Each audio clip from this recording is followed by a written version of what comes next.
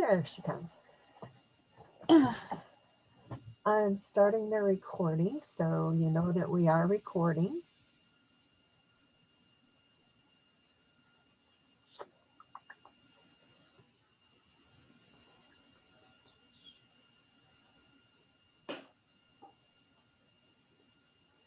Just a few more people.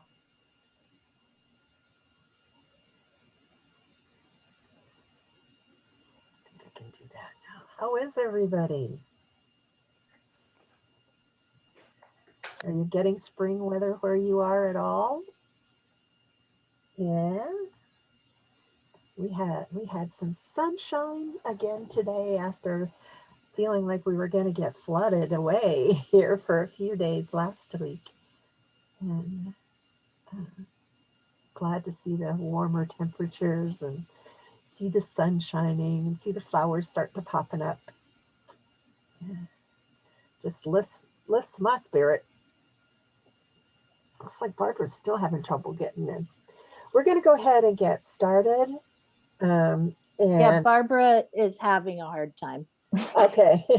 Thanks, Natalie. It looked like it was because she was one of the first ones to tag into the room, and she still hasn't been able to get up. So hopefully that'll work for her in just a minute. So it's good to see everybody. Thank you, thank you, thank you. And let's see, Isaac's not here yet. I'm missing a couple people. Let me start out by praying for us, if that's okay. Father, we know you can take care of all of these technical glitches, and so we ask you to smooth out the path for us tonight so that we can make the best use of this time that you've provided for us.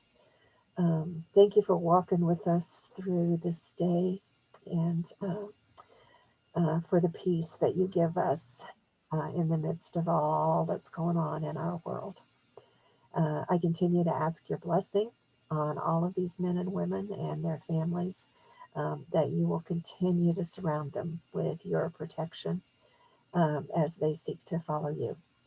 And guide our time tonight, please, Father. You be in charge here so that we do what you brought us here to do. Thank you, and we pray in Jesus' name. Amen. All right. So, oops, wait a minute. Got to get a couple more people in here. There we go.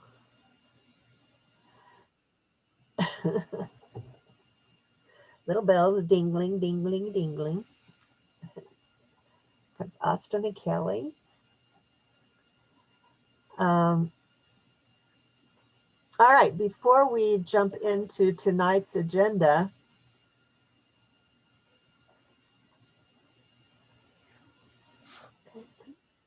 yeah, there we go.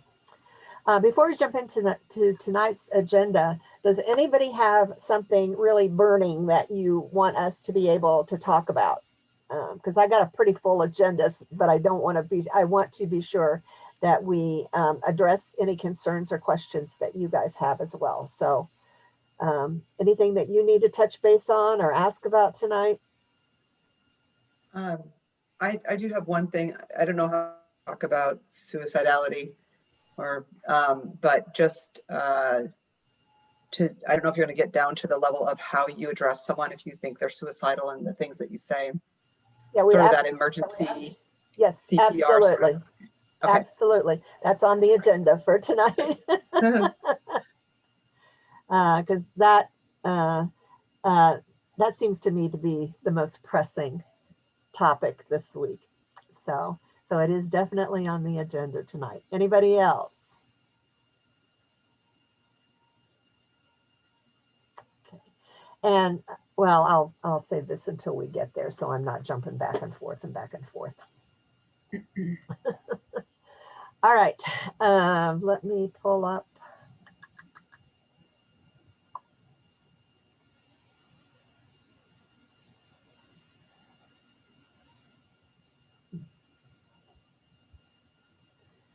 Wow. We'll pull it up here.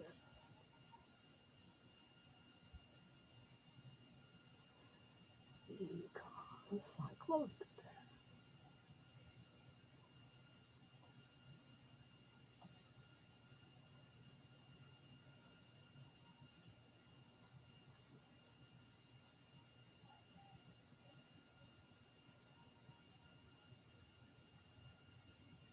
Mhm.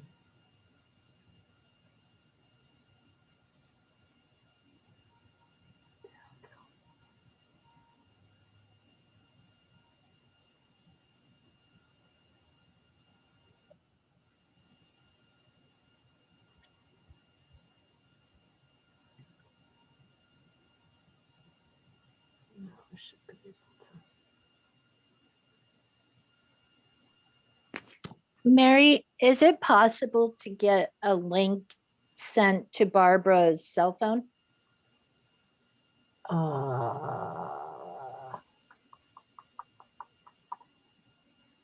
Hmm. Yes, I think so. Hang on just a second. Okay.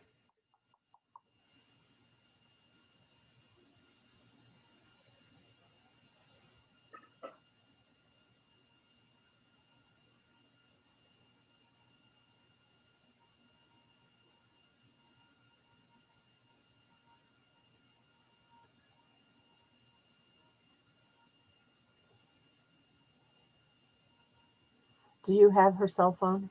I do. Let me- You know what? I don't have my cell phone in here with me. I think I have the link. I wouldn't mind sending it to her. Okay. Okay, go. Yeah, go ahead. Do you have the link? Yeah, I have the link and I have her number, so I just sent it. Okay. Awesome. Thank you. Thank you. Thank you.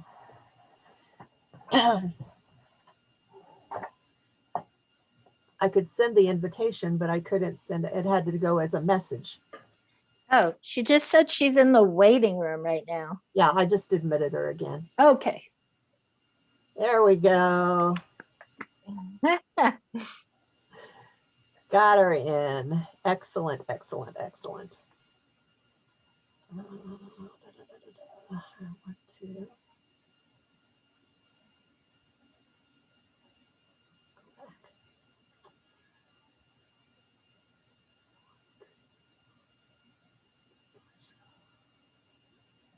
That'll be easier. Except when I do that, I lose you guys. And I don't like that. Let me just real quickly go through what, whoa, no, not ready for you, Dr. Grand.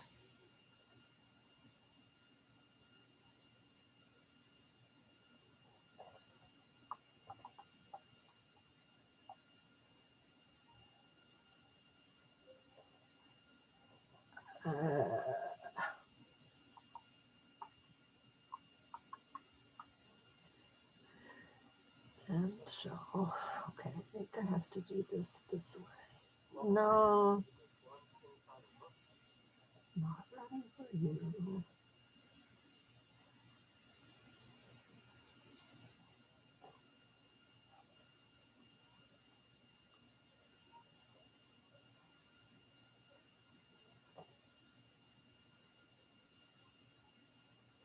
I lost you guys.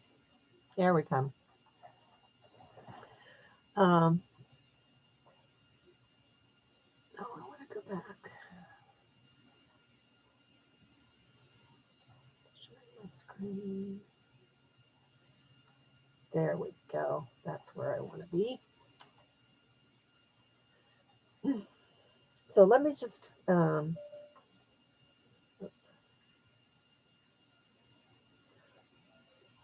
kind of go over tonight's agenda.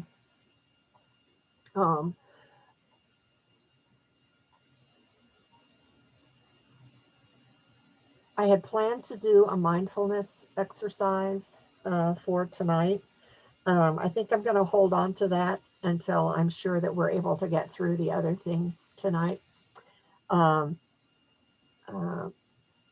but I like every once in a while to put a mindfulness exercise in that we can use to transition, and then that our clients we can also use with our client.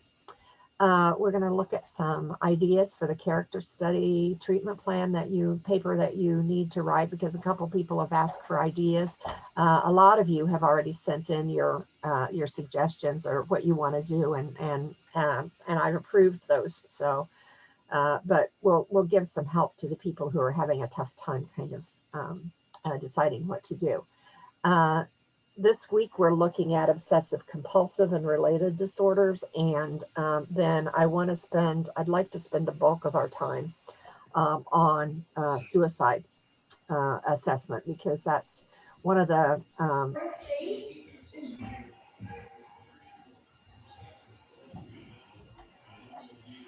is that somebody needing to talk? I'm sorry, it may be me, but I was having trouble getting in, and then I put myself on mute. I wasn't on mute when I came in. Oh, that's I okay. apologize. No, Okay. it's okay. Just wanted to be sure I wasn't ignoring somebody. No, you're amazing, and keep going. All right. Just a few reminders for this week. There is no homework partner assignment this week, even though I put homework partners on the list. My thought was, if you want to check in with each other, you've got somebody that you can check in with, but there's not a written assignment. There's not an assignment that you have to turn in this week. So I'm sorry if that was confusing, but feel free to contact each other and check in, but you do not have to do a written assignment this week. There's no assignment to turn in. Next week is spring break, remember, so there are no assignments, no formal official assignments next week. And we want to really encourage you to focus on self-care. Do some things that kind of restore and refresh your spirit. We'll have 4 weeks after we come back from spring break. And then we pretty quickly transition right into summer classes. So not a lot of the in-between breaks right now. So take some time and do this. Invest in some self-care during this next week. Your choice for your character study treatment plan, historical character or fictional character is due this week.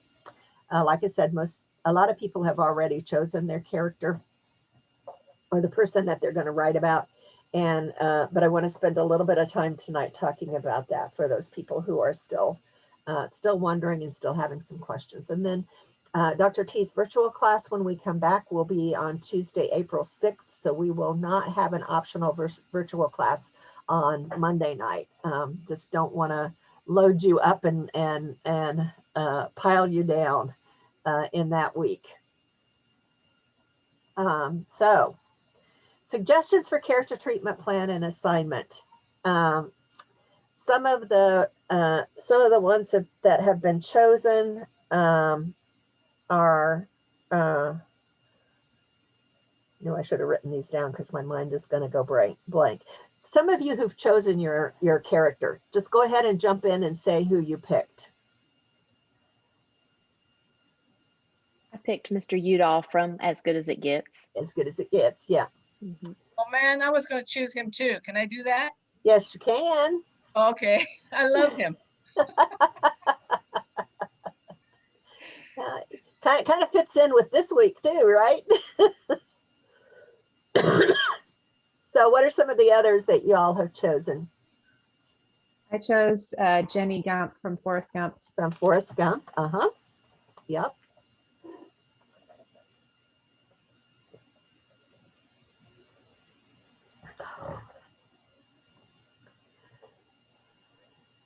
I chose the Grinch. A Grinch, yes. You can draw from all kinds of resources here. Didn't somebody choose somebody from one of the series?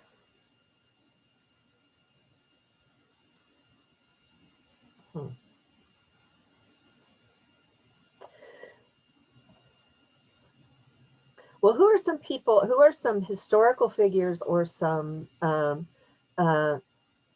fictional characters that you think might be appropriate for a study like this? Oh, I know, somebody chose, from The Blind Side.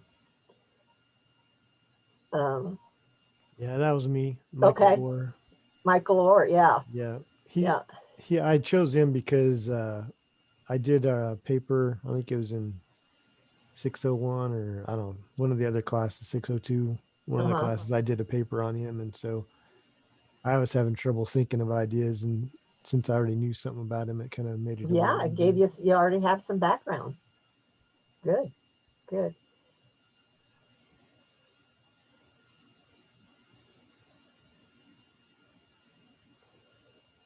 Anybody watch NCIS? Okay. I think Jethro Gibbs would make an interesting study, particularly with attachment and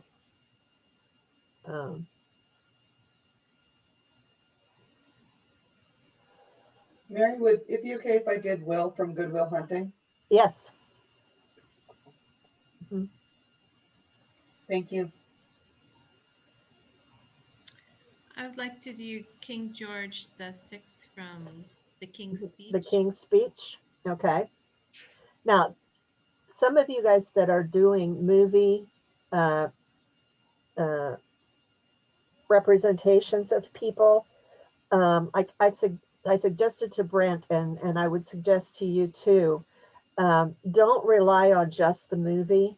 Do some research, because that will also, it will give you additional insight into a diagnosis, and to planning treatment. Okay. Um, here in Indiana, I think Bobby Knight would be a good choice, as would a number of other coaches. Uh, there are a number of ball players that would provide good opportunities to do a character study and treatment plan. Musicians, former presidents.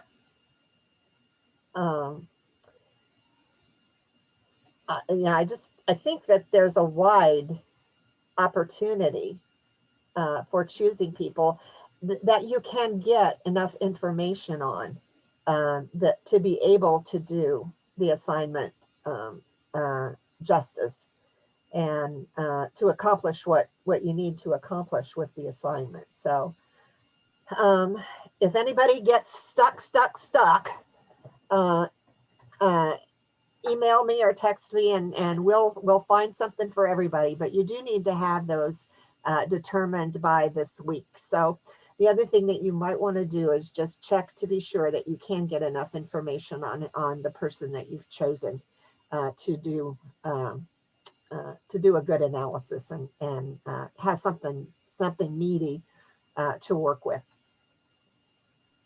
I have a quick question if I could ask. Sure, Brianna, go ahead. With the character, can we choose what age or at what point in the story we want to have them as our client? Yes. Okay. So just pick. Yeah. Okay.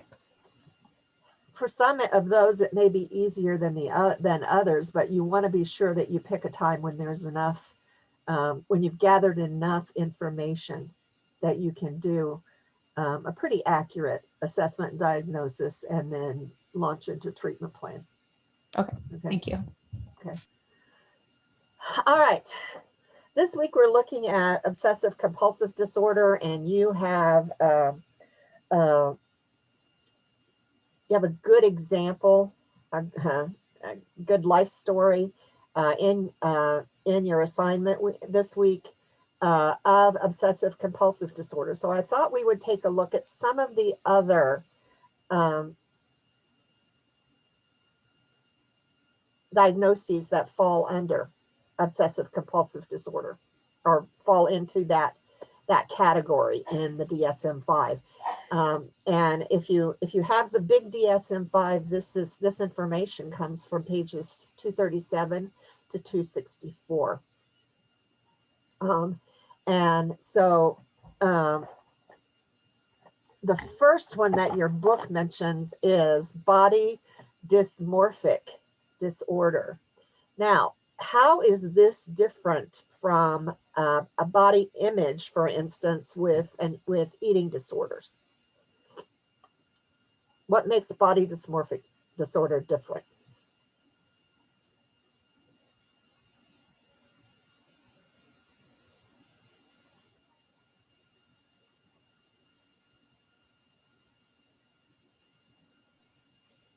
Don't they kind of hyper focus Okay, yeah, on a Jennifer. flaw or On a perceived fault or flaw, yeah, absolutely. Any thoughts on what an example of that might be? maybe they think their nose is too big Yeah, or you know, absolutely. Um, and you know, people can take things like that to the extreme. A lot of the um, cosmetic surgery that we see being done is because someone has focused on a particular part of their body and determined that it's it's somehow unacceptable.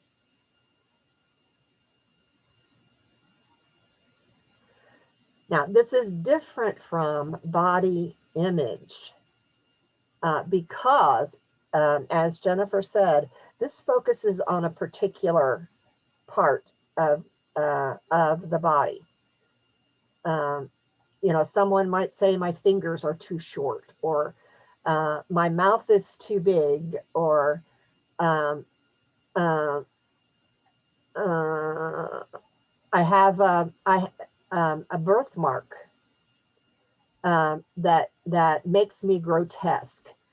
And so for body dysmorphic disorder, it is that very specific. You know, what we see in eating disorders is a body distortion, that the person is unable to see their body as it really is.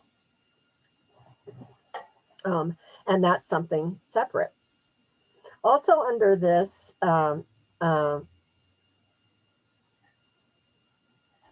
set of disorders is hoarding disorder. And actually, we did not have the diagnosis of hoarding disorder until the DSM-5 came out. There was no provision for this, but it has become, again, so pervasive that it was determined that it was appropriate to have a diagnosis for it. I've got a video, and I don't know if we'll play the whole video again for time's sake, but I will post this PowerPoint so that you have access to it and can watch the whole thing if we elect not to watch the whole thing. I want you to feel free to comment on the video or to ask me to stop it as it goes along. Dr. Grande is someone that I really like his presentations. They're usually very helpful, very factual, and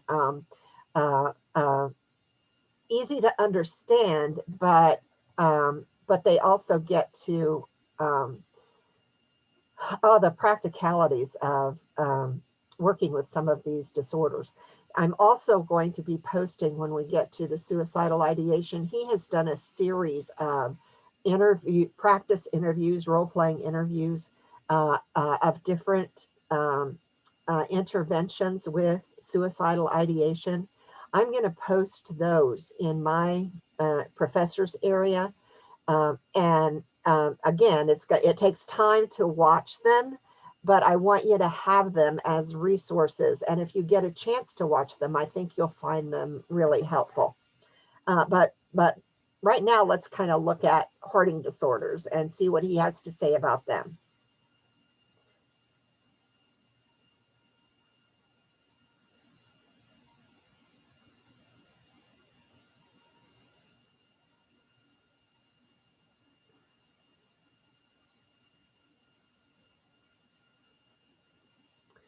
Okay, it's going to spool.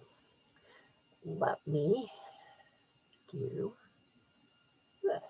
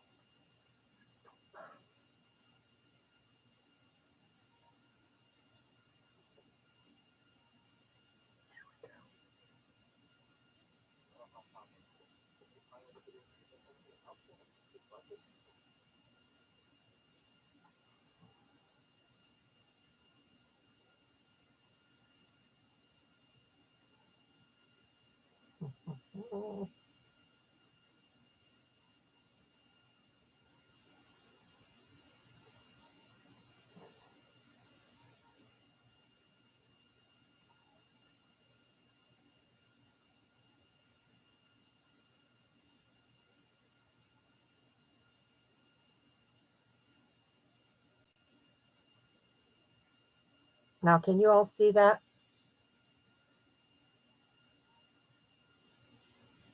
Yes. Can you? Yes. Okay. Subscribe to my channel. Hello, this is Dr. Grande. Today's question asks if I can analyze a case study involving hoarding disorder. So a case study, or a case report, is completed when a counselor wants to document a client's course of treatment, right? So what the symptoms were and how the treatment progressed, things like that. This is done with the client's consent, and details are changed to protect the client's identity. Case reports appear in a variety of places. The one I'm using for this video was published in a journal, and I'll put the reference to the article in the description for this video.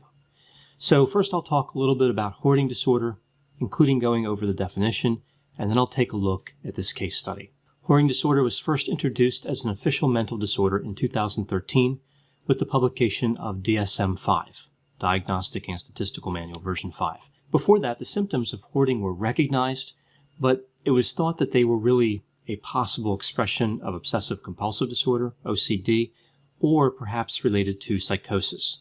In some cases, we see people speculated that they may be connected to obsessive compulsive personality disorder, OCPD. One of the symptoms for that disorder is an inability to throw out worthless items. So we see a bit of a connection there. Now, the criteria for hoarding disorder in DSM-5 is fairly straightforward. We see a persistent difficulty discarding possessions, regardless of their value. The difficulty is due to a perceived need to save the items or to distress associated with discarding the items. The difficulty results in the accumulation of possessions, and that causes congestion in living areas. Now, there's an exception with this particular criterion. If, like, relatives come in and clean out somebody's house, they could still meet this criterion, right? So if they had not intervened, would the house be cluttered? Next, we see clinically significant distress. So if somebody accumulates a lot of items and it doesn't cause them dysfunction, it's not a disorder. We see the difficulty can't be better explained by a medical condition or better explained by another mental disorder like OCD, major depressive disorder, or schizophrenia. About 85% of individuals with the disorder are eligible for a specifier called excessive acquisition. So a specifier modifies the primary diagnosis, right? So it would be hoarding disorder with excessive acquisition if somebody had that. It's most commonly seen in the form of buying. Next, we would see acquiring free items, and sometimes we see stealing, but this is fairly uncommon. There are some other specifiers as well for hoarding disorder, and all of them have to do with insight. Better insight is associated with a better prognosis.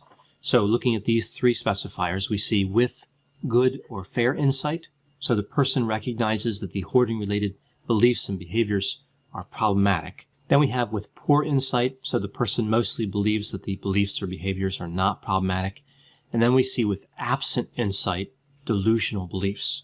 So the person is completely convinced the hoarding-related behaviors are not problematic. So now taking a look at some other characteristics of hoarding disorder that kind of tie to this particular case that I'm looking at. We see that perfectionism, avoidance, being disorganized, procrastinating, being highly distractible, and indecisiveness are all tied to hoarding disorder. which of course is an interesting mix of characteristics. Perfectionism is associated with high conscientiousness. If you're indecisive and disorganized, that would be associated with low conscientiousness. So we see kind of splitting that trait. We see that high extroversion is related to hoarding disorder, which is somewhat surprising. We would tend to think there would be really no association with extroversion. And high neuroticism is associated with the disorder, and this part isn't really surprising at all. Someone over the age of 55 is 3 times more likely to have hoarding disorder as compared to somebody between the ages of 34 and 44. Females with hoarding disorder are more likely to seek treatment than males, and females are at a greater risk to have that excessive acquisition, specifically through the buying form, right? So the excessive acquisition specifier, and the acquisition is through excessive buying. Also, we see that individuals with this disorder tend to live alone. Now, this one's not really clear in terms of why this is the case. My thinking is that if somebody has these tendencies and they happen to live alone, there's a greater chance that those symptoms would manifest. If they live with somebody else, that other person might prevent the acquisition of items, right? So that might explain this association between living alone and the disorder. So this case study was published in 2001, and even though the DSM-4 text revision came out in 2000, my guess is the events in this case study took place before 2000, which is why they used DSM-4 in the case report. DSM-4 was published in 1994. Even going back this far, many theorists considered hoarding behavior to be indicative of a separate syndrome. It was typically referred to as compulsive hoarding. So now taking a look at this particular case. The client in this case was a 72-year-old divorced Caucasian female.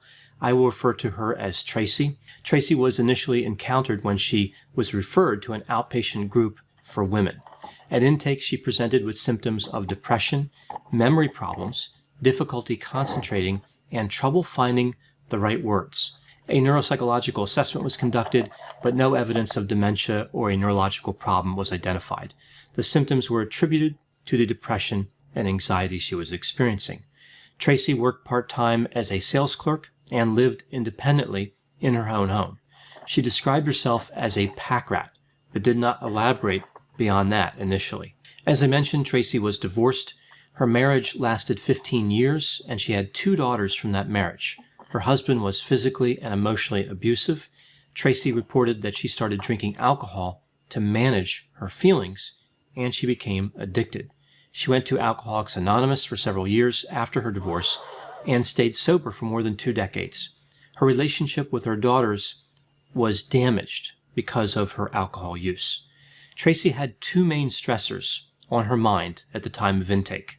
Her younger daughter's marriage was coming up, and she was anxious about seeing her ex-husband at the wedding.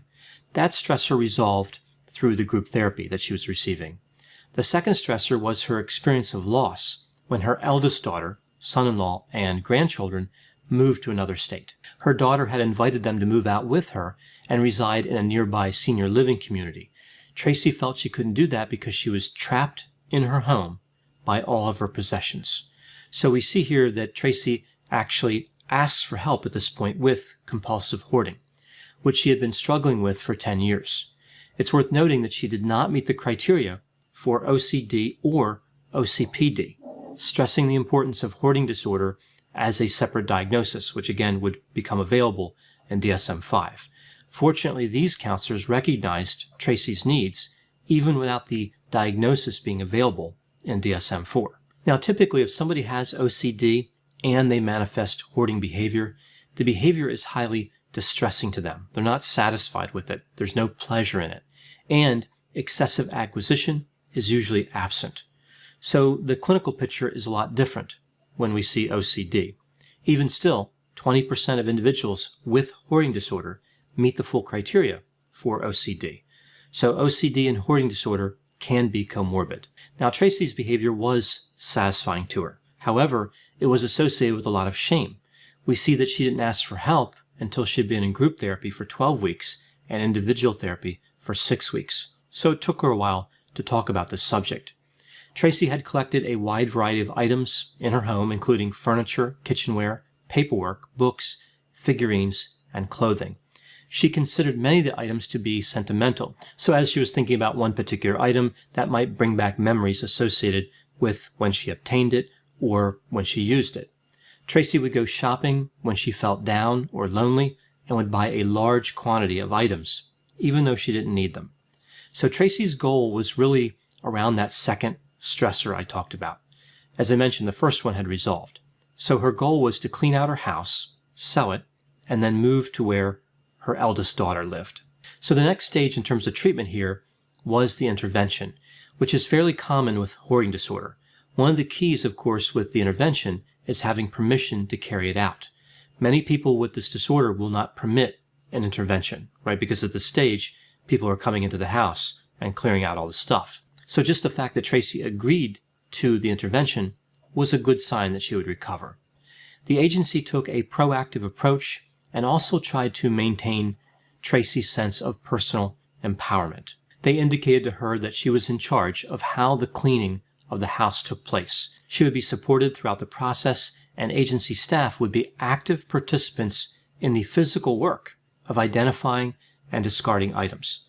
Now, when I read this in the case report, I was thinking, not many agencies would allow their staff to participate in the actual cleaning part, right? So I know this took place a while ago. Perhaps it was a bit more common to do this back then, but even still, I was surprised by this part a little bit. Another important point, the intervention isn't the only aspect of treatment. We see that a client can allow an agency to clean out their house, but that doesn't mean the underlying reasons for the hoarding behavior have been addressed. As the agency staff prepared for the intervention, I'm going to stop that for just a minute and add a footnote here that last time we were together, we talked a little bit about maintaining appropriate boundaries. And when we are kind of stepping over those boundaries, this would definitely be an example of stepping over boundaries for you to go into someone's home and help them, attempt to help them with hoarding, clearing out their home.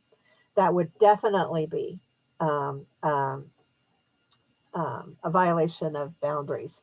And you could help them arrange for someone to come in, but for you to actually go into yourself would create all kinds of ethical issues that would have to be addressed. they first wanted to determine if there had been any prior attempts to remove the clutter and to what extent Tracy's house was cluttered. This was a smart move, not just rushing in and trying to clean things out, but rather taking a step back and trying to identify obstacles and figure out the extent of the problem. As far as prior attempts had been made, but they had failed. They only led to frustration and anxiety. Looking at the extent of the clutter, about 75% of the space was occupied by clutter. There was only enough space for one person at the kitchen table and one person on the sofa. Tracy had piles of newspapers, magazines, knickknacks, plates, glasses, old toys, books, boxes, and furniture. Some of those items I talked about before. There were items in just about every room in the house. 2 bedrooms were used only to store items. Most of the windows were completely or partially blocked. There were narrow pathways available to walk throughout the house. This is actually pretty common with hoarding. I've seen this a few times. This can also be quite dangerous.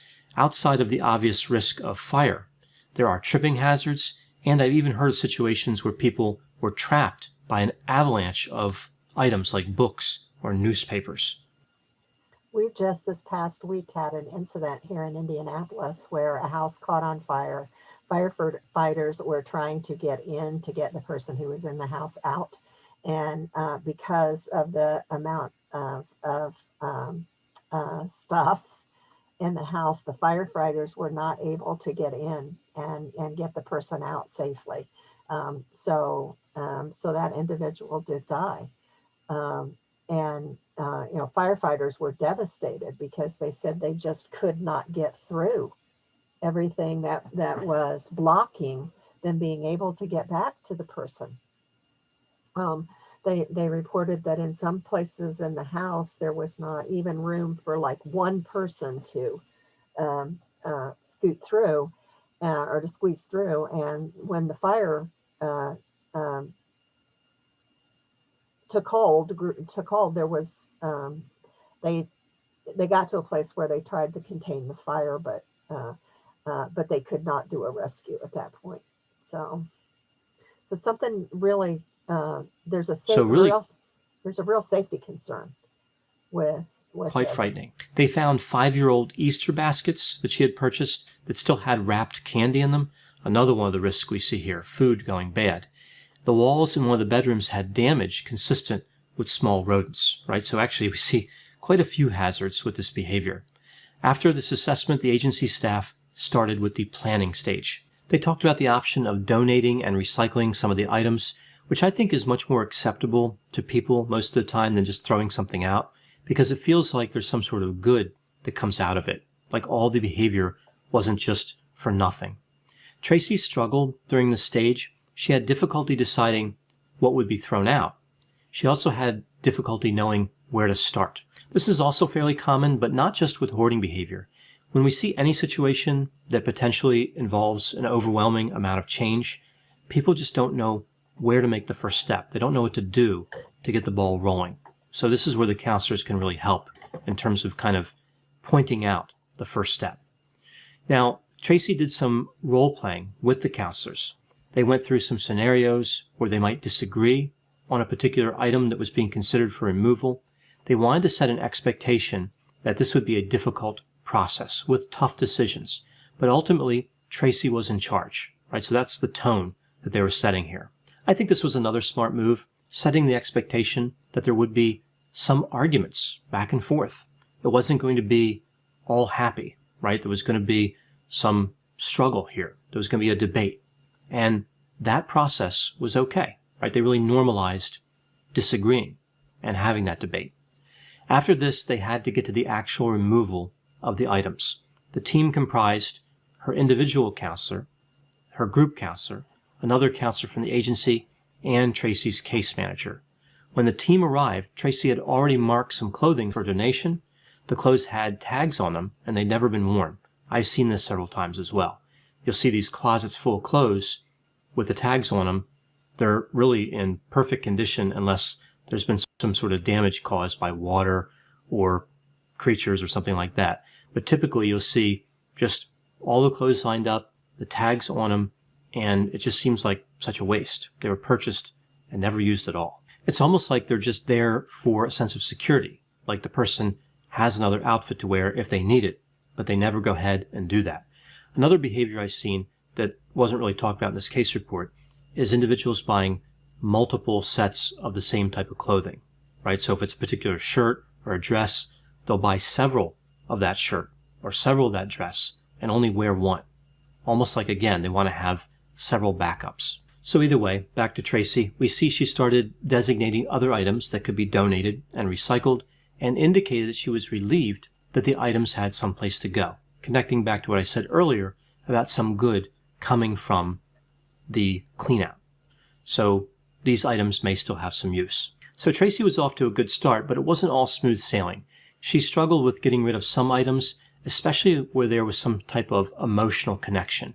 Here we see the team took pictures of the different possessions and made a scrapbook. So they were trying to preserve the memory, really honor the emotional connection to the items without actually keeping the items.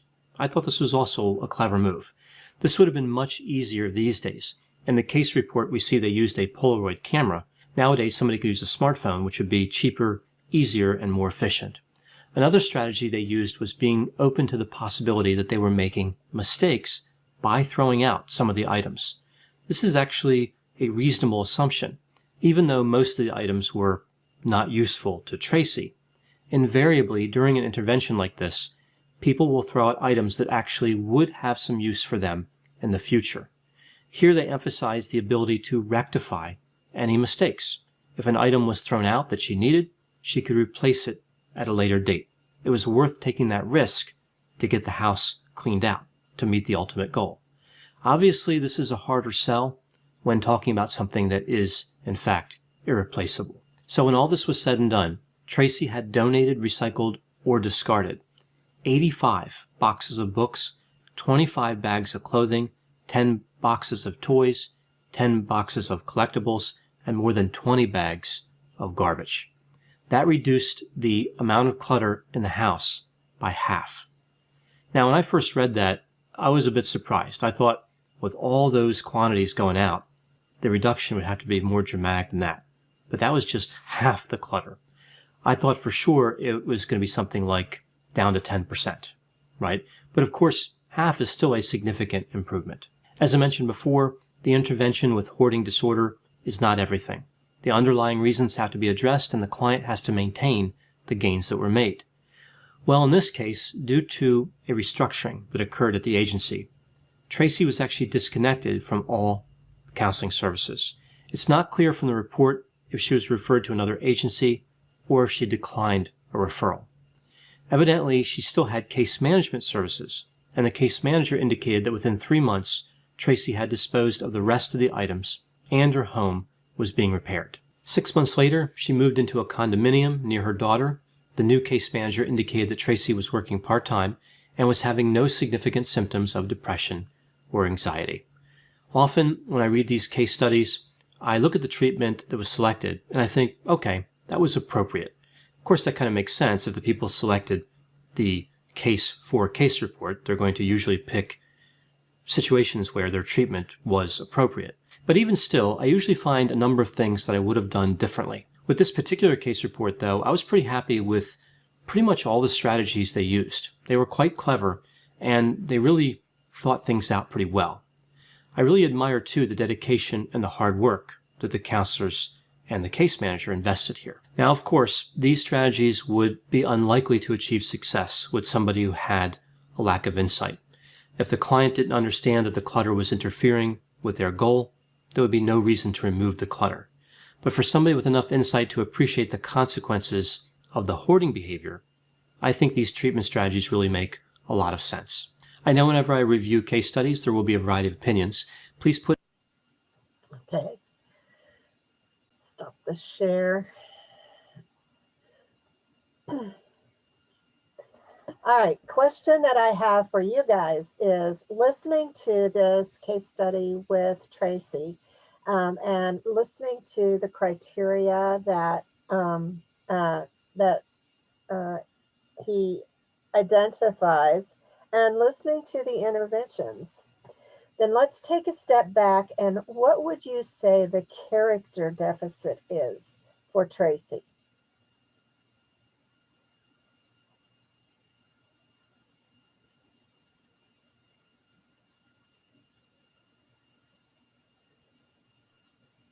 Sounds like attachment to me. Okay. Anybody else think something different? And why would you say attachment, Wendy? Because he mentioned anxiety, depression, the piece of what a significant meaning was, even of I don't know if he said, but like maybe if it was a straw or a wrapper or whatever, Yeah. you know, they remember that what they were doing and there's a connection there. And then she had anxiety around her ex-husband coming to a wedding. So there's attachment there. She had some issues with her family moving away, some depression there. And so that was all related to attachment. Yeah, relationships with her daughters. Yeah. So yeah, I would say attachment. Then if we're looking at attachment being a character issue, when he talks about the various interventions that were made, what can you see in those interventions that would address a character or that would address attachment?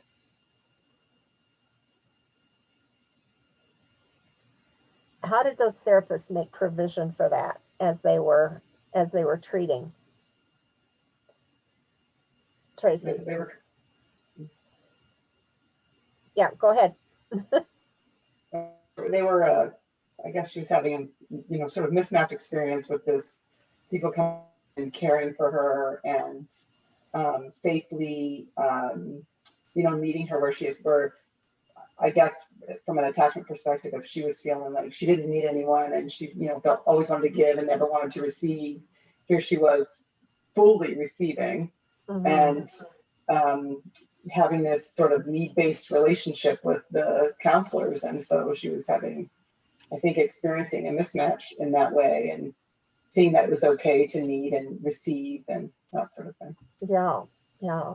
Can you think of any other ways that this provided a mismatching experience for her? I think they provided her, like they mentioned how they gave her the power to Okay. decide things and make the decisions, and didn't force her into something. They valued her opinion and what she thought. Yes. Go ahead, Debbie. They also acknowledged her need to stay attached, so they took pictures. Yes. Yeah, exactly. In all of those ways, they provided mismatching experiences for her. When we think about people who are hoarders, how do people typically respond to hoarders? What do they say to them? They recoil, they tell them they're doing something wrong. Yeah. That's crazy. You know. Uh-huh. And you need to get this mess cleaned up. You know, all of none of that really meets the person where they are, and validates the purpose of the hoarding. That there could be something valid in holding on to things.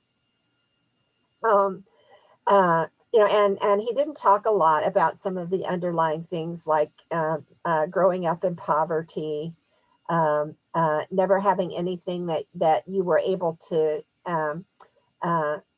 call yours. And I think about this when parents tell children that they have to share all of their toys with other people. We surely want to teach children to share and to connect with one another. But think about what it does for a child to be able to have something that they can say, um, if other people are coming over, then I want to put this toy away and I don't want to have it out for everybody to play with. How empowering for the child is that? And what do we teach the child when we give them permission to do that? Now, if you've got a child who doesn't want anybody to touch any of their stuff, you've got another issue. But you know, think about how things like that, what kind of seeds are being planted. You know, and that kind of comes back again to how important it is so often that we who have some of this information are coaching parents. We're providing opportunities for parents. Here comes Isaac. We're providing opportunities for parents to connect up how their parenting is impacting their kids. Hi, Isaac. Welcome. So I had another. Yeah, go ahead, Dave. I think there was also some work done on separation, because she was able to identify that she was separate from her belongings, and they were empowering her to take initiative and making those decisions, and Yes. respecting her boundaries. Yeah, very good. Very good. So, and the reason we're having this discussion is because I wanted you to have some practice at connecting up. You know, we've talked about that sometimes when we look at the Townsend model, it's difficult sometimes to translate that into other interventions or other theoretical perspectives.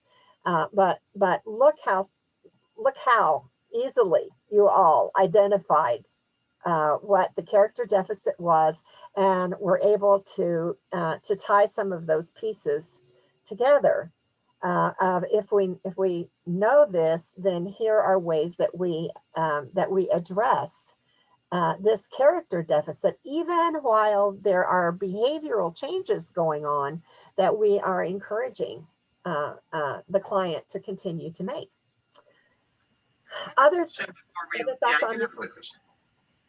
Okay, who am I missing? Yeah, okay, Jackie. you know, this is what worked for her, and she, you know, she did well, she achieved her goal and moved on. When he was talking early on, I was thinking, why wasn't the consideration around PTSD, why wasn't PTSD considered for her because of her abusive relationship and the other difficulties she had, but it's specifically the domestic violence? Would that be something that you would explore with someone like that, or would you go straight to sort of how this case played Yeah, out? absolutely. And I haven't read this case study, this specific case study, so I don't know that that wasn't ruled out or taken into consideration. Okay. Then what they did was address the most immediate need. You know, remember he said she came in with, she had two goals.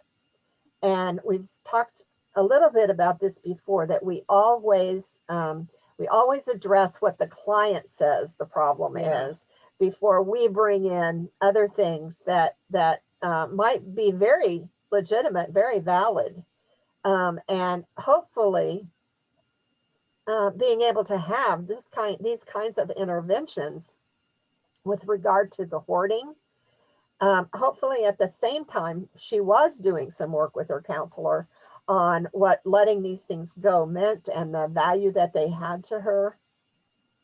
And then presumably if she continued in therapy, then some of those other things would be, those would be addressed as well. Okay. Okay. Yeah. Other thoughts, questions about this piece? I have a question about character structure. Uh-huh. I know that you've said that when you're in doubt about the character structure, start with attachment. Start with attachment. But what if, as you're going through the process, it seems like it's looking like a different character structure? That's okay. Can you progress on then? Absolutely. Absolutely. Because each of those the four character structures, there's a flow and they build on one another. So somebody can have attachment, some attachment needs, and they can also be working at the same time in separation, in identifying their own voice and seeing themselves as separate from other people, separate but connected. They could also be working, think about how attachment impacts integration. If we've not had the opportunity, particularly to fail and have someone respond to our failure in a healthy way, then definitely we are going to struggle with integration. And so there's an attachment piece, but there's also that integration that what it births is a problem in the integration area. Does that make sense? And we might see that we might start with attachment, and then as we're engaging with the person, we might see, okay, maybe there are some attachment things here, but the more predominant issue is separation. So we would shift our focus to separation, but we don't ignore how attachment impacts separation.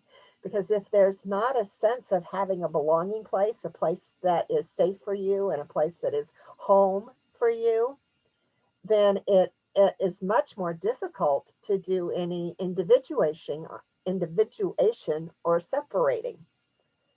Because that's what makes it possible for us to see that, okay, I can be connected to somebody else, but I can be different and separate from them.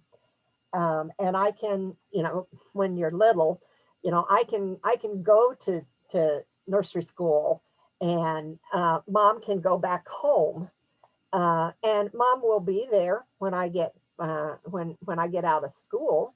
But I can have my own persona here engaging with these other people. Um, does that answer your question, Debbie? Okay. Other thoughts, questions? I have a question. So Tracy came in and said she felt trapped by her possessions. Yes. And so, and she wanted to move with her oldest daughter. So she was I'm just thinking of like the stages of change. So she seemed like she was ready to make a change. Yes. Thank you for If saying somebody, that, Kelly. if somebody comes in or is, forced to come in by a loved one or something and doesn't have that insight and doesn't think it's a problem, and we obviously know it is and it's affecting their lives, but they're not ready, do we start at that pre-contemplation stage at that Yes. point? Yeah. Mm-hmm. Yeah. And think about how you would address someone who doesn't have that sense of awareness. The more adamant people are about that they need to clean up this mess, or they need to get rid of things, or there's something wrong here. The more adamant people are about that, the more they're going to resist. And so part of an important part of what we do intervention wise is begin to help them explore the meaning of those things. And then we kind of move into other areas. Into action, like they first have to understand, but yeah. Okay. Yeah. And that can take a long time with somebody who is a hoarder, because they are so emotionally attached often to um, uh, to what they have. Yeah, on that note too, I also like how part of the intervention was to give to Goodwill, so they feel like they didn't lose all the stuff that they collected, that it was going to a good cause. Yeah, it was going. Yeah. It's going to serve a purpose. And that's an issue for a lot of people, is that they hold on to they hold on to things because somebody might need these. It's I might need these, but it's also somebody else might need these. And I think we see that a lot in older people. I know we deal with that with my mom. Of she'll have something that an appliance or something that can't be repaired, and she'll say, but somebody might need that, somebody one of these days. And so we have to go through the process with her of Mom, somebody might need one of these days, but this one is broken. And there's not a way to repair it, so you wouldn't be giving them something that would be useful to them. And when you approach her that way with it, it's okay. But she comes from that depression era when you didn't throw anything away, you made use of it. If we didn't stop her, she'd have crock pots full of plants growing. She'd be using them to grow her tomato plants or whatever. But that comes out of that need base of you don't waste anything, because you might not have. There might come a place where you didn't have anything. Thank you. Yeah. And thank you for bringing up the stages of change, because I had made a note about that and then just totally spaced it. So thanks for saying that, Kelly. That's an important piece of it. All right. Anybody else? Well, how about if we shift and talk about suicide? I don't know that there is anything that is much scarier.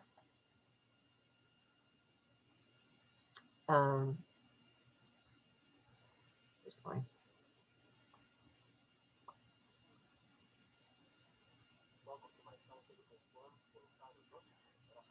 Now you come up.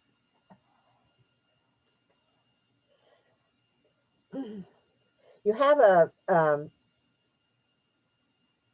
suggested assessment in your learning activity this week.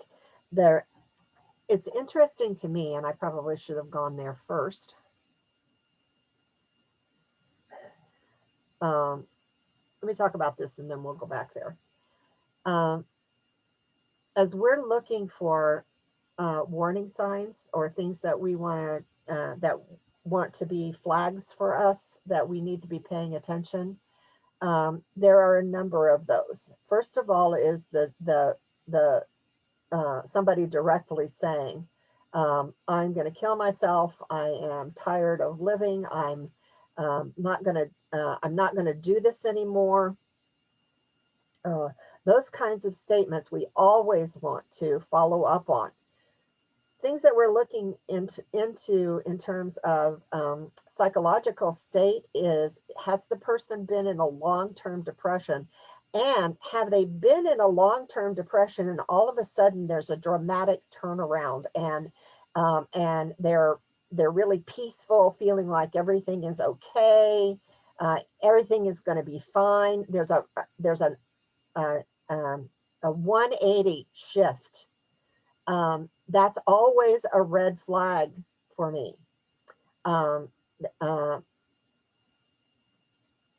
Not that I don't want people to progress beyond depression, but when there is a radical change like that, there's always the possibility that what has happened is the person has made peace with their own death, and that they're planning that.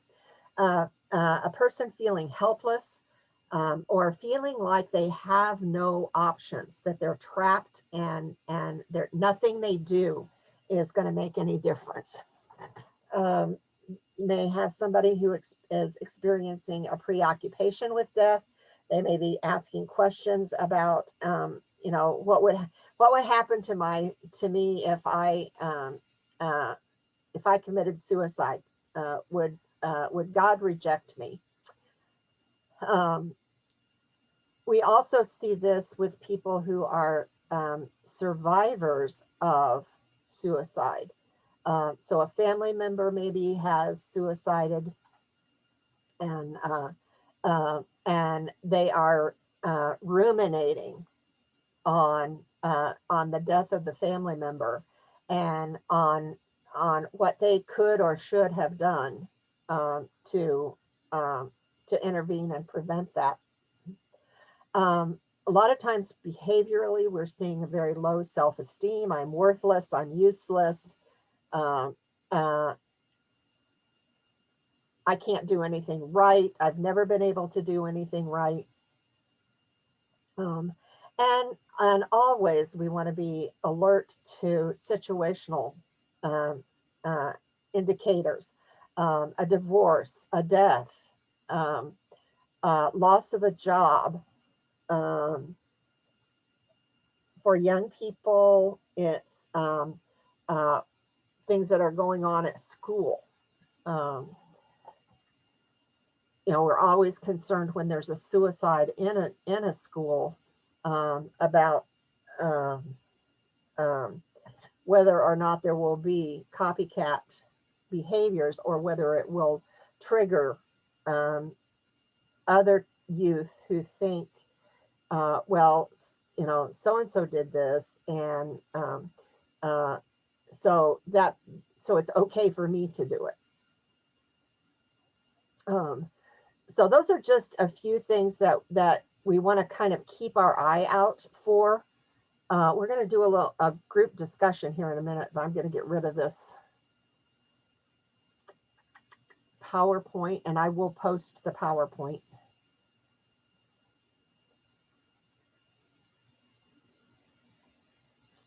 And let's make, I thought we made him go away. There we go.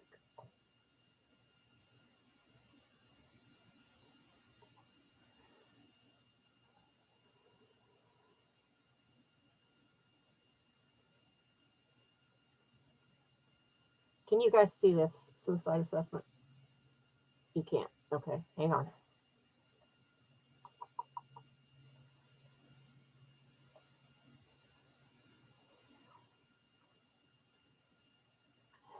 if you go online and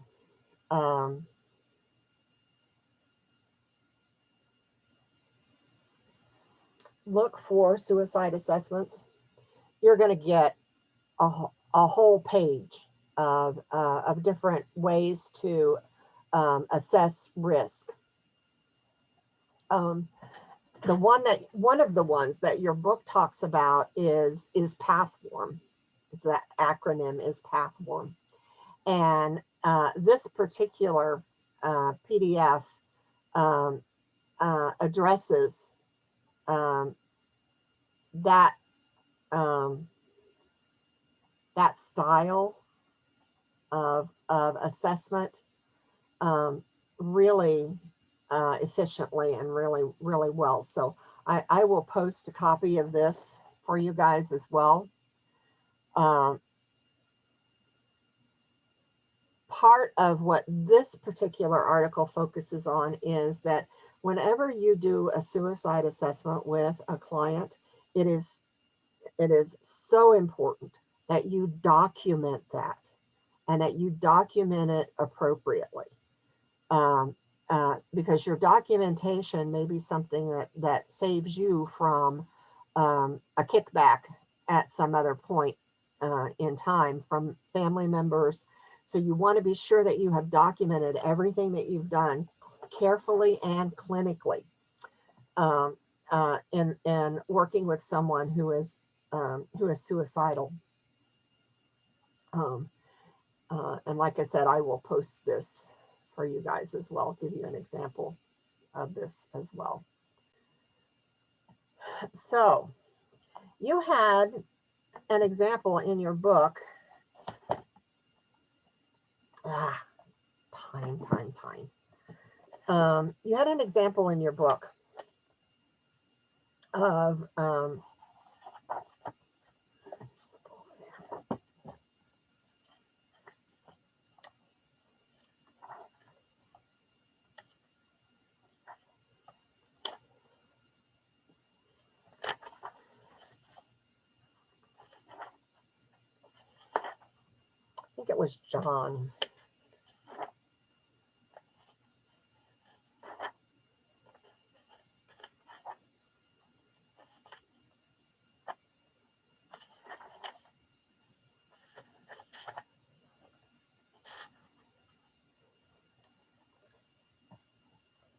Oh, I guess it was Tony.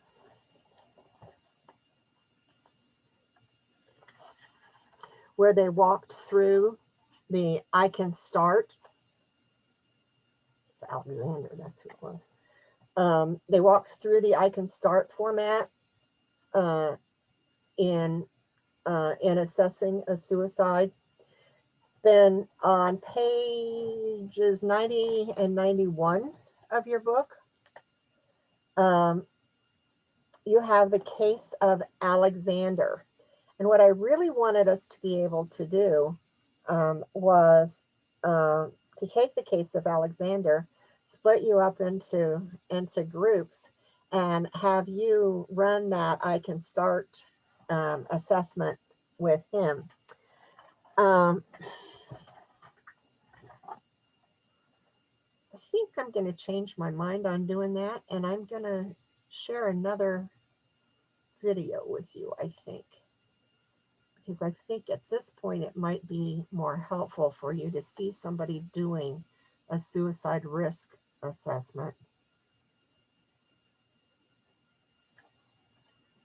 And then you can go back and apply it. So let me go back.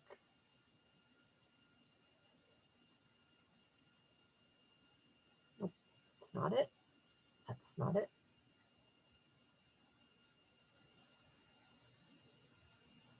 Okay, back to...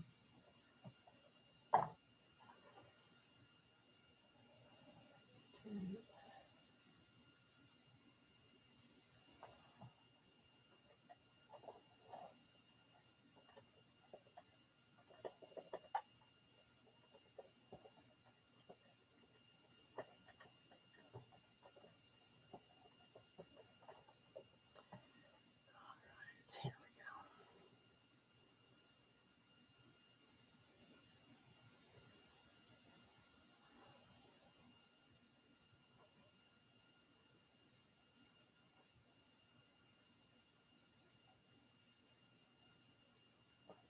All right, this is going to be Dr. Grande again, and this is one of the series that I will post for you.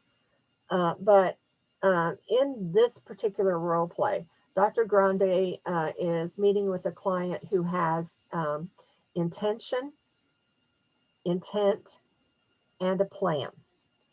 And so watch how he engages with her. Look for skills that we've identified and practiced, and how he utilizes those skills in working with someone who is expressing some suicidal ideation. So let me again. No, don't want to leave the meeting.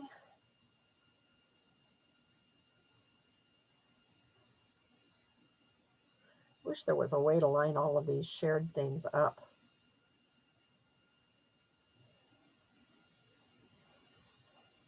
Okay, we're on with sound.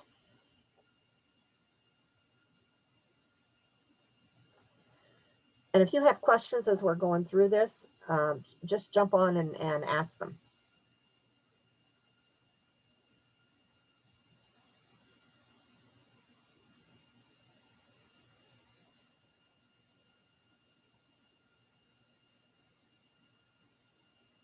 Hi, Jill. How you doing today? I'm doing all right. Doing all right? Yeah, I'm feeling a little bit better. Feeling a little better? I know you've been down for a while. What's going on? I just feel like everything's gonna be okay. This is unusual for you, because usually, when you come in and talk to me, you're kind of down, a little depressed. Something changed recently? I feel like I found the solution, and I know what I'm gonna do, so I'm not really worried about my depression, so I guess I'm feeling a little bit better about it. Can you tell me about the solution you found for your See, depression? there's that radical Yeah, shift in I know we've affect. talked about it before. I think that I'm gonna commit suicide. You want to commit suicide? Do you know how you did that? Yeah, I have some pills in my house in the medicine cabinet, and I'm gonna take those. And when do you plan on doing this? Probably a couple days from now. I have some things to get in order. I want to, arrange things and make sure that, everything's in order, and then I'll do it. What kind of things do you need to arrange? I want to make sure that all the documents my husband's going to need, that they're in a place that he can find them. I'm not going to tell him, but I want, I don't want to make things more difficult for him, and just that kind of thing, you know what I mean? Like, make sure that everything's in order so that when I'm gone, everybody has what they need. Now, Jill, you've been seeing me for almost a year now, and you know by telling me this that I'm going to act to stop you, right? I'm going to try to stop you from killing yourself. Mm-hmm. Yeah, I mean, I want to do it. Mm-hmm. I think in the end it's what's going to make things better. But I guess there's still a part of me that doesn't want to die, doesn't want to do that to my family, so I guess I'm telling you because, I'm not 100% resolved, and I guess I wanted to talk it over. Mm-hmm. You seem pretty serious, though, about your timetable and your plan. Yeah, I mean, it's like when you plan to go on a weekend trip. You're pretty sure you're going to go, but if the weather's bad, you might not. So I think, I'm pretty sure. Is there anything that can stop you?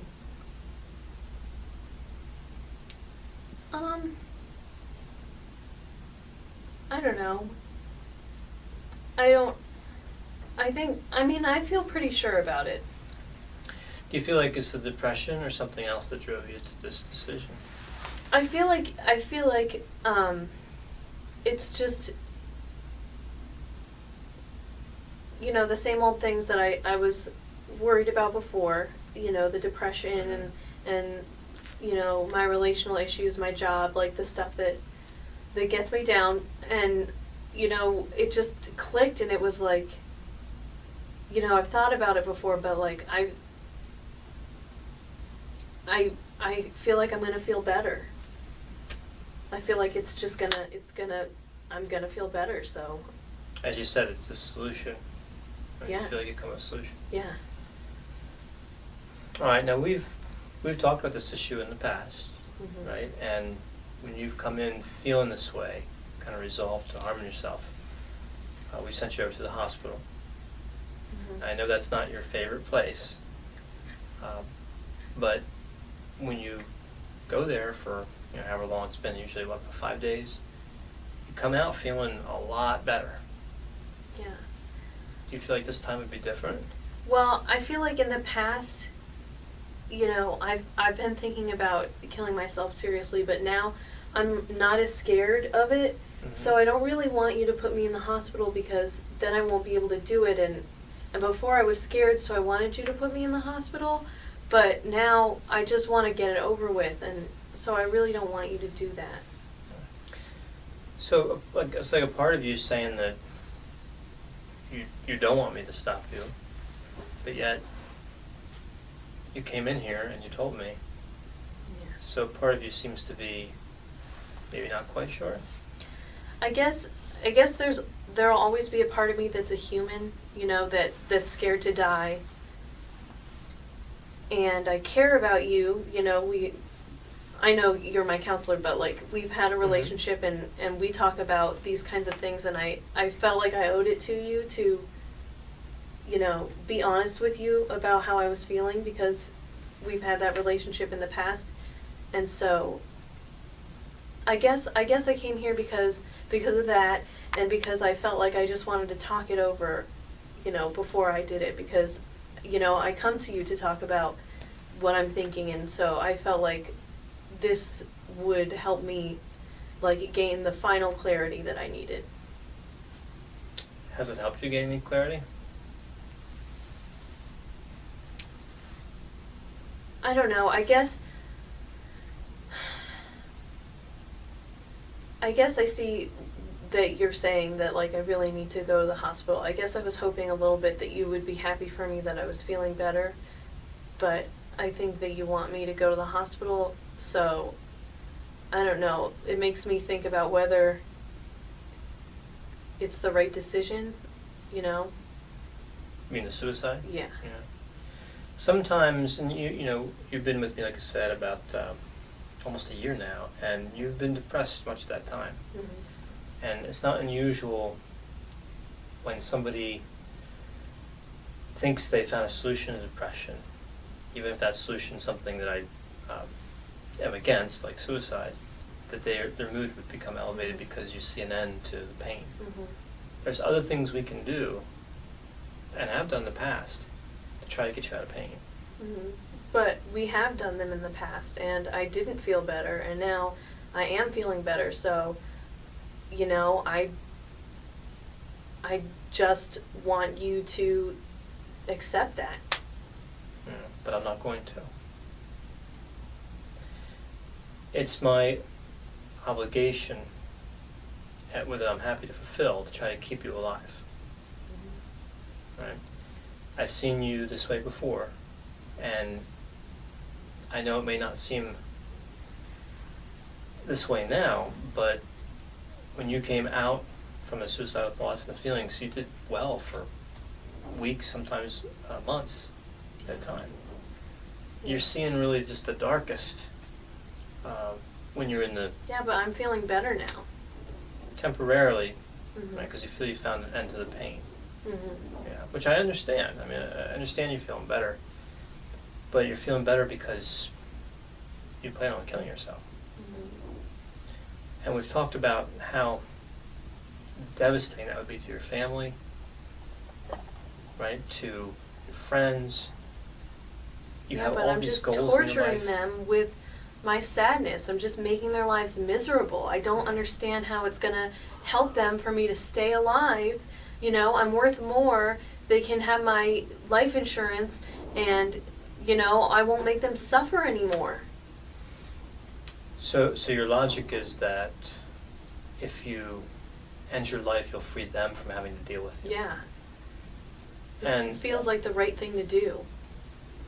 And as you know, I mean, you've signed releases. I've talked to your husband, your parents. They repeatedly said that despite sometimes the challenge of dealing with your depression, they would much rather have you alive. Now, why would they say that? I think that they're scared of the pain of losing me, but I know that they'll feel better eventually. So they'll get over the grief. Yeah. I understand. And I think that they'll understand that I needed this. You know, I've been doing this for a while, right? I think we've come to have a good relationship, right? Yeah. And I would hope that I've earned your trust and you value my opinion. Can I share with you something that I know about suicide? Sure. You open to hearing it? Yeah. Okay. There's a lot of ways that people die, right? And it's really eventually what happened to us all. It's hard for me to imagine a way more devastating than suicide. Meaning, when somebody dies of an illness or a car accident or any other type of tragic accident, people grieve, right? But there's usually not a blame assigned to that. I mean, they don't feel guilty. Does that make sense? Mm-hmm. They feel sad because they've lost the person, but they don't feel responsible for that person's death. Suicide is different. When somebody commits suicide, their family and friends feel responsible. They have no answers to all the questions that they have. They can never get answers. I'm gonna write them a note and tell them everything and tell them it's not their fault, because it's not their fault, and I just want them to be happy without me. So you believe the note will take away all that pain?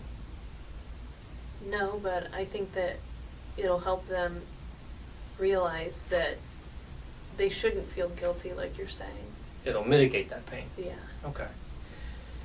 I can tell you from experience that notes don't really help. If anything, it's another artifact that they can agonize over. Mm-hmm. I know it's hard to see from your perspective because you're kind of resolved to this and you feel stuck in the pain, you want out. But they will miss you and they will agonize for the rest of their lives because they lost you.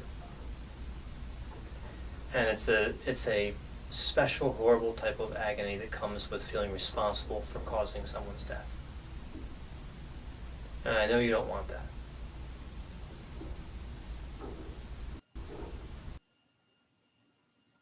I'm going to stop it because we're running out of time. Our time is getting short. Okay, I need to go back. So.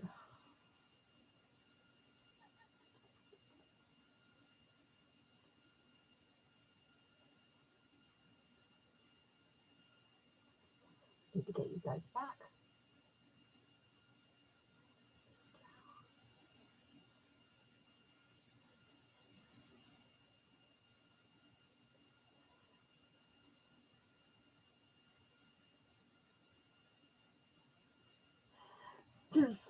And he has several other scenarios. One is, what if someone comes in suicidal and you've never seen them before? Another is what if they come in with suicidal ideation, but no plan and no means. But this scenario is probably the hardest for us to work with. So, what do you see Dr. Grant doing as he interacts with this client? He's not getting emotional or overreacting. He's Right. staying static. Mm-hmm. and not raising alarm. Right. Right. Other things that you, go ahead. I was gonna say, he's not being judgmental, but he's being very logical. Mm-hmm. Mm-hmm. Yeah. He's paraphrasing a lot, just so that, you know, the client knows he's tracking with her. Right. Right. And also, so that Misha, so that she's hearing her words. She's hearing what she's saying. Right. And because that can have a tremendous impact on someone. Other things that you saw him doing, or things that you were concerned about that he was doing, things that you thought, why is he doing that? I noticed he did the on the one hand, on the other hand. I mean, it's not Yes. necessarily the words he used, but that was what he was doing. But that's pointing what at- he was doing. Yeah. Yeah. Yeah. Mm-hmm. He kept referring to her attachments, and either to him or to her family, and trying to get her to see it from their perspective rather than her own. Yes. Mm-hmm. Yeah. But he didn't guilt or shame her with that. He made it a natural part of the conversation that they were having. Can I openly disagree with that? I do feel like he was almost guilt tripping her about how her family would feel. And I only say that because I have experience with it in different things, and that actually drove a friend. Okay. So that did feel like guilt tripping to you. Yeah, it really did. Because he was like, well, what about your family? Well, you know, basically putting this whole thing of like, well, in my experience, the note actually makes people agonize longer. And I'm like, all right, I get what you're saying, but that may not be helpful depending on their state. Mm-hmm. Yeah. And what I wonder there is in the context of her saying that her family would be better off without her. If what he's doing is more of a reframe. That I've talked with your family, and I know that they would much rather have you alive, because they've been at this place before with her thought patterns. But I think, Barbara, that what you say is very valid, because that's a wonderful example of how one person could interpret an intervention like that in one way, and another person could hear it totally differently. So my question is, once the session is over, what's the next step? Well, he will hospitalize her. He'll arrange for hospitalization for her. And she'll go? Yeah. She won't have a choice. So that's what it comes down to ultimately, is when somebody is actively, when they've got the ideation, when they've got a plan, when they've picked a time that they're going to do it, and they've got a method, then he's not going to let her walk out of that office. He's going to, if he needs to, he'll come back and talk about, we've talked before about, there are times when, as a therapist, I have to break confidentiality, and this is one of those times, because my commitment to you is to keep you alive. And right now, it seems to me that that's what it's going to take to keep you alive. And so you have you have a couple of choices here. You can go over to the hospital voluntarily, or I can call someone and they will take you to the hospital. Now, in one of the other scenarios, and I can't remember if he does it in this one, I don't think he does, but in one of the other role plays, he tells the client, they will come and they will put you in handcuffs and they will take you to the hospital. It's your choice which way you go. How often? I mean, I can't see if somebody really is intent on killing themselves that they would come in and say, I'm planning to kill myself. Like, it just seems like to me that she really wanted to be hospitalized or wanted help. It was like a cry for help. Yeah. And you know, that's what,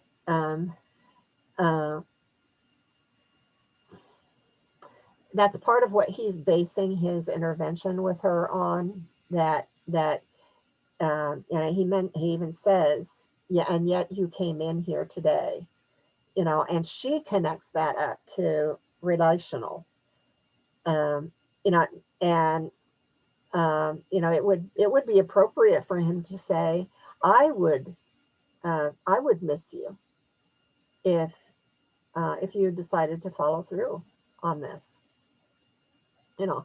And what we're looking at in situations like this is that it is our obligation to keep the client safe. We're not responsible for their life, but it is our obligation to keep them safe. And if we suspect, even whether they're telling us blatantly or not, and in some of the other role plays, he is going to ask, you know, are you thinking of it? They're not saying it directly, but he's going to say to them, are you thinking about killing yourself? And so at some point we ask that direct question of people. Mary, when Yeah. I took a suicide first aid course, Right. that's exactly what they told us to do. And in that course, they had a video of a young man who jumped off the Golden Gate Bridge to commit suicide, but he actually survived. Mm. Very unusual. And in it, he said, had one person just asked him, are you planning on committing suicide? Do you have a plan? You know, he kept waiting on the, you know, leaving the house, on the bus ride, on the bridge. Someone talked to him, he had to take their picture. And he said, if one person had just asked him, he wouldn't have jumped off the bridge. Mm. Mm-hmm. So that, I was glad to see him do that, because that is what I've learned and actually have used in that scenario. Yeah. Yeah. Yeah. This is probably, like I said, one of the scariest things that can happen in our relationship with our clients. And so the better equipped we are to sit with them like this guy does, and give them the opportunity to explore and to process, then ultimately it's going to come down. We can take the time to do that. Ultimately, it is going to come down to, you know, I have an obligation to keep you safe, and so right now, I believe that the safest place for you is the hospital. So we'll need to make arrangements for that to happen. Now, in one of the other videos, he gives the client the option of they can drive themselves to the hospital, or he'll call and somebody will take them to the hospital. I'm going to say right up front, you don't ever give the client the opportunity to leave your office and drive themselves anywhere. Now, they can call someone to come get them and drive them to the hospital. That's permissible. And in which case you consult with whoever they have called and make sure that they know that it is imperative that the person actually go to the hospital, that they not let them talk them out of taking them to the hospital. You don't put them in a cab or an Uber. So there are some common sense things that we need to do. Let's see. Austin, did you have something?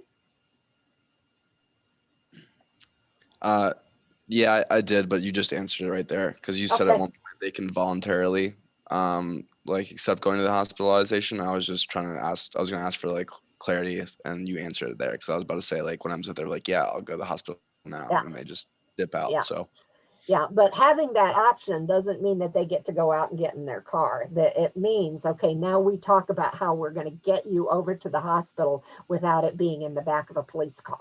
Yeah, exactly. Okay. Okay. I was just making sure. Yeah, absolutely. Good question. We could talk about this for hours and hours and hours, and I'm happy to answer any questions that you guys have additionally if you shoot them to me. But tonight we do need to wrap up. I will post. There are either 3 or 4 role plays that that he does. That all of which have insight into how to sit with a client. And like Marissa says, he does not elevate emotionally. He stays calm and logical. He addresses what she's saying, so he's attuning to her, and at the same time he's doing some attuning confrontation. So, that no place does he get belligerent with it, but he does do a tuning confrontation along the way. So, thanks you guys for tonight. I hope it was helpful in some way. I won't see you next week because it's spring break, but I will see you the following week at John's virtual classroom. Grades should be, should be caught up to grades up until last night, the ones that you turned in last night, and I'll start working on those in the next couple of days so that you're getting feedback back from those. Yeah, Wendy. I was just going to say, if anybody's interested in becoming certified in prevention, assessment, intervention, and recovery, the AACC has a great program. Yes. It does cost, but you can get certified, and they have a great training with role plays, and they kind of explain the role plays as well. Yeah. So if anybody's interested. Yeah. And there are also some organizations that do some really good work with survivors of family members, friends who have suicided. And I will post a link to that information as well. Okay. All right. Rest well. Have a good rest of the week and do some self-care. All right. I will see you all soon. Thank you. Happy Easter. You too. Bye-bye.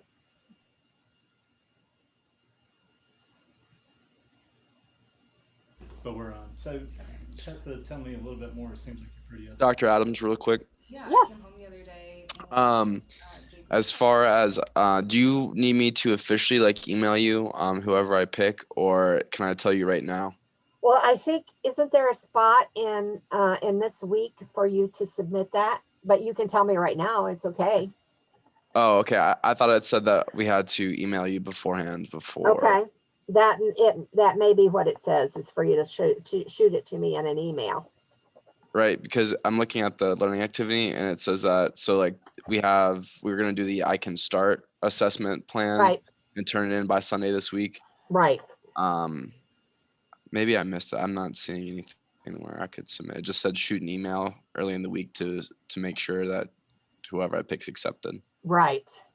Yeah, and I agree with that. I think that's I'm trying to think. I think it's learning activity 3.